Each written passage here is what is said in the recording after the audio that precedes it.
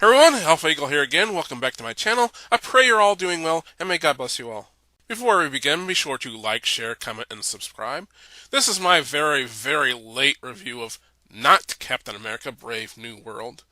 I do so many late videos that at this point I should just make it a series and just call it Alpha Eagle's Late Reviews or something like that. Anyway, before we get to the review, I wanted to go over some of the controversies surrounding the movie. First, let's hear from Falcon himself. You know, I look at my sons and they're playing in the backyard and it looked like a little crayon box. I'm like, there's so many different colors of kids running around the backyard.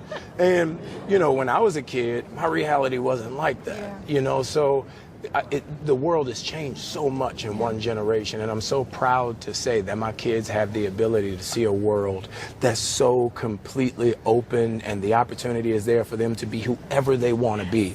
And I love that. I love the fact that, you know, at this moment, it's very important that little brown kids are going to look up and see a brown Captain America, but it's very important that other kids are going to look up and see a brown Captain America. So they know. They know. When I was a kid, my favorite superhero was Incredible Hulk and Superman.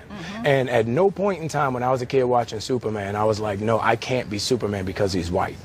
It was the decency, it was the humanity, it was the character that made me want to be, you know, Christopher Reeves. That made me look up to Christopher Reeves. It was the human that he was, not the outside look of what he was. And I think that for me, that's what's really important about this, you know.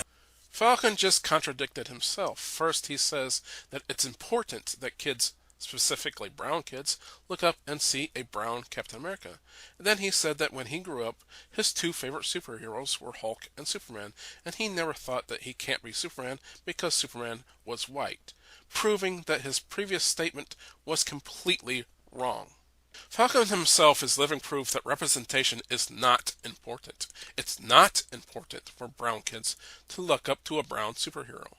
That it's absolutely fine for brown kids to look up to a white superhero, proving that this whole push for diversity is based on an absolute lie. And that sums up this whole woke movement in one word. It's a lie. I've said several times on my channel that I'm white, and when I grew up, the fictional superheroes that I looked up to were various different races, including black, white, and every color in between. And some were even female, and some weren't human at all. By the way, Falcon himself was one of those fictional superheroes I looked up to as a kid. If anyone has watched my recent videos, they would know that I'm an action figure collector. And one of the action figure lines I collected as a kid was Marvel's Secret Wars. And one of those figures in that line happened to be the Falcon. So I was well aware of the Falcon as a superhero roughly 30 years before the Captain America movies. So the false claim that superheroes lack diversity and kids need more black superheroes to look up to is another lie, since I'm over 40 years old and I've looked up to black superheroes my whole life. And Anthony Mackie is around the same age as me, and it's not my fault that Anthony Mackie's parents didn't buy him a Falcon action figure when he was a kid. There were plenty of them around, so to suggest that 30 years later there still isn't enough black or brown superheroes representation is absurd. What else does Falcon have to say? For me, Captain America represents a lot of different things, and I don't think the term, you know, America should be one of those representations. Okay, that was one of the dumbest things that I have ever heard someone say. He just said that Captain America shouldn't represent America. Okay, the most obvious thing to point out is that his superhero name is literally Captain America, so he's factually wrong on the most basic level. But the reason why he says this is because that people on the left simply hate America, especially when a Republican is president, like today. The thing is that there are certain things that people on the left like about Captain America and other things that they despise. One of those things that they claim to love about Captain America is that he punches German socialists. Simultaneously, they ignore the fact that he also punches commies. But the thing that they love most about him is the name recognition that comes with him. Cap has over 80 years of built-in fandom behind him that gives him credibility in their eyes. And they want to use that credibility and to change him into their version of what an American should be. And this is nothing new. They've been trying to rewrite what Captain America is since the creation of the character. And one thing they hate about him is his unapologetic nationalism, regardless of who's president. One example of this is when Nixon was president, writers had Cap change his costume and his name to Nomad. Cap would not do this since he is a nationalist. Cap would never abandon his title of Captain America. Again, the writers only did this because Nixon was a Republican. Another thing that they hate about Captain America is that he is a straight white male. That's why they introduced the retcon character Isaiah Bradley, making him the first Captain America, because they hate that Steve is white. That's why they made Sam Wilson Cap's replacement in the comics and in the MCU. They might argue that Cap's nationalism is not what makes him great. They might say that what makes him great are his values and that he's a good man. And I would ask, where does Cap get his values from? He gets his values from growing up in America, being raised by Americans with American values. Now, you might ask, what exactly are American values? And I will say that the key American values come from being a Christian. The left hate that America was founded on Christian values. It's right there in the Constitution. Our rights come from our Creator. Cap is a Christian, and they hate that he's a Christian. I sit this one out, Cap. I don't see how I can. These guys come from legend. They're basically gods. There's only one God, man. And I'm pretty sure he doesn't dress like that. Now, to prove that I wasn't just dunking on Anthony Mackie earlier, I'll show you something that he said that I actually like. Last 20 years, we've been living through the death of the American male. They have literally killed masculinity in our homes and our communities. But I raised my boys to be young men. My boys will always be respectful. They will always say, yes, sir, yes, ma'am. No, sir, no, ma'am. They will always say thank you. They will always open a door for a lady. They will always make sure that their mother is taken care and provided for. They will always be men. Every time I left for a job, I tell my 15-year-old, you're the man of the house. You make sure these doors are locked every night. This alarm is on. You text me or you call me every night before you go to bed and you wake up. Because we're men. So for me, it's always that idea of American masculinity is very different. Is 100% correct. The left has tried to destroy masculinity. They are constantly calling masculinity toxic, especially in the black community. The Dems have tricked black people into thinking that men are not needed in the homes. That is why so many black children grow up without fathers in their home. Anthony Mackie genuinely seems like a good father. He is working for Disney Marvel, who are part of the problem. They are the ones who are propagandizing the public through their entertainment, pushing an anti-masculinity message. The She-Hulk series is a great example of their anti-male message. Well, here's the thing, Bruce. I'm great at controlling my anger. I do it all the time. When I'm catcalled in the street, when incompetent men explain my own area of expertise to me, I do it pretty much every day, because if I don't, I will get called emotional or difficult, or I might just literally get murdered. So I'm an expert at controlling my anger because I do it infinitely more than you. Moving on, Not Captain America 4 is not doing well at the box office. Now let's check in with our friends at the Fandom Initiative to see what excuses they have for Not Captain America bombing at the box office. And what happened after that opening weekend? I don't know. 344. Hundreds of thousands of federal workers were laid off. Like, that's a pretty big deal. People start to get worried. Even if you're not a federal worker, people could have seen that and been like, I don't know if this is going to affect my job, because where I live, in the area that I'm in, we have a lot of military here. A lot of people for the government work around where I am.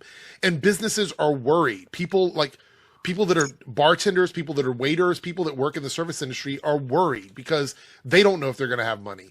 So people are going to cut back on spending, and entertainment is the first thing that people cut back on, because it's the one thing you can logistically go, hey, I'm not going to go see that movie. I will wait for it to come on streaming because it's just too expensive to go to the movies right now. You heard that right. The queer activists at the Fandom Initiative claim that the reason Not Captain America is bombing at the box office is because of Trump, Elon Musk, and the guys from Doge fired a bunch of useless DC paper-pushing bureaucrats. This takes Trump derangement syndrome to a whole new level. They claim that the movie is not failing because it sucks, it's failing because of Donald Trump. These homos literally blame Trump for everything, including movies that are failing at the box office. By the way, if you're in the military, you don't have to worry about your job unless you're completely useless like these homos. Or if you're a trans person and you want to scam the military to pay for your body mutilation surgery. Okay, let's quickly take a look at what the Fandom Initiative had to say about Trump's State of the Union address.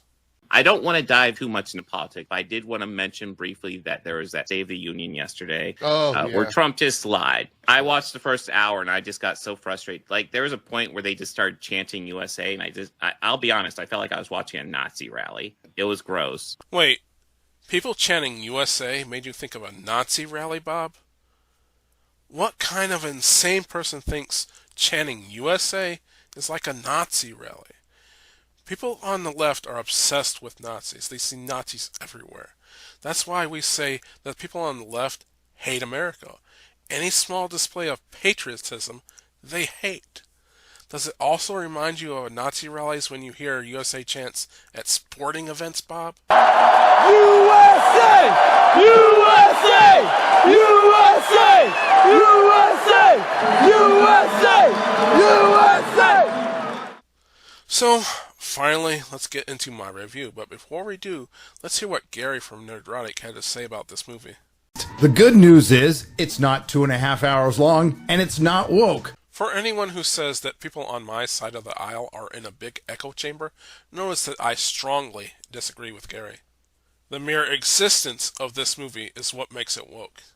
Why was Cap's shield passed to Falcon instead of the obvious choice of Bucky, when in the comics it was passed to Bucky first, before Falcon? Now, I don't care about any in-universe reason. I want the real, behind-the-scenes reason. And we all know that the real reason is so that Disney can virtue signal about making the next Captain America black. That's why this movie is woke. The fact that they put the retconned character of Isaiah Bradley in this movie and make him the victim of the so-called racist justice system is what makes this movie woke. The fact that they have a pint-sized Israeli woman beating up men 3 times her size, that's what makes it woke. The fact that one of the antagonists is an obvious stand-in for Trump is what makes it woke. So there is plenty of wokeness in the movie to go around. So I couldn't disagree more with Gary for saying that it's not woke. But besides the woke messaging, this movie is just plain boring. 'Cause we're boring! We're so fucking boring! This movie seemed to go on forever. While I was watching it, I kept thinking to myself, is it over yet? And I actually fell asleep at this movie. Now, that might have something to do with the fact that I woke up at 6 o'clock in the morning, and we saw the movie at about 7 in the evening, but I wasn't the only one who fell asleep. My friend said he fell asleep too. And the movie didn't make a whole lot of sense. For example, at the end of the movie, General Ross, or is it President Ross now? Anyway, he gets sent to the raft for his crimes. But what crimes did he commit? Everything bad that he did as the Red Hulk when he was under mind control by the leader. So why did he go to jail? I mean, the whole movie, Falcon was trying to prove that Isaiah Bradley was innocent because he was under mind control. Now, shouldn't Ross use that same defense? Also, isn't he president now, so couldn't he just pardon himself? Again, it didn't make any sense to me. And how it should have ended brought up a good point. Since the villains in this movie were all people that Hulk knew, why didn't Falcon ask the Hulk for help? I mean, it would have made finding the leader and stopping him and curing Ross a lot easier. You know, maybe I should get directly involved. Nah. I could be a huge help. Maybe even the lead character. So do you actually know a cure for what? Yeah, I've learned how to make this inhibitor thing that keeps me from hulking out. I talked about it with She-Hulk. That's a thing now? That's a thing now. Alright, cool. Give me one of those and I'll just take it back to the president. I think I should just get involved. No, that's okay. What if my story could bring lots of closure to years of awkward drama? Maybe even bring back my old girlfriend again. Nah, she'd probably just be behind some glass and make people question her authenticity or something. I'm getting involved. And speaking of the Hulk, this movie didn't feel like a Captain America movie. It felt more like a sequel to The Incredible Hulk. I mean, it's nice that Marvel finally tied up some of the loose ends from The Incredible Hulk, but where are some of the characters from Captain America? Where's Nick Fury? Where's Sharon Carter? Where is Baron Zemo? Bucky is in it, but he's in it for like less than a minute. And he's running for political office now, too, I guess. When did that happen? And the Israeli woman has a crush on him now for some reason. This thing that makes this not feel like a Captain America movie is Captain America is not in the movie.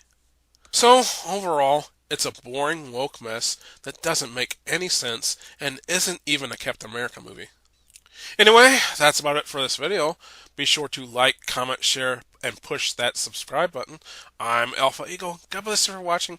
God bless America. And I pray that Anthony Mackie realizes that he's working for the people who are trying to destroy the masculinity that he's trying to teach his sons.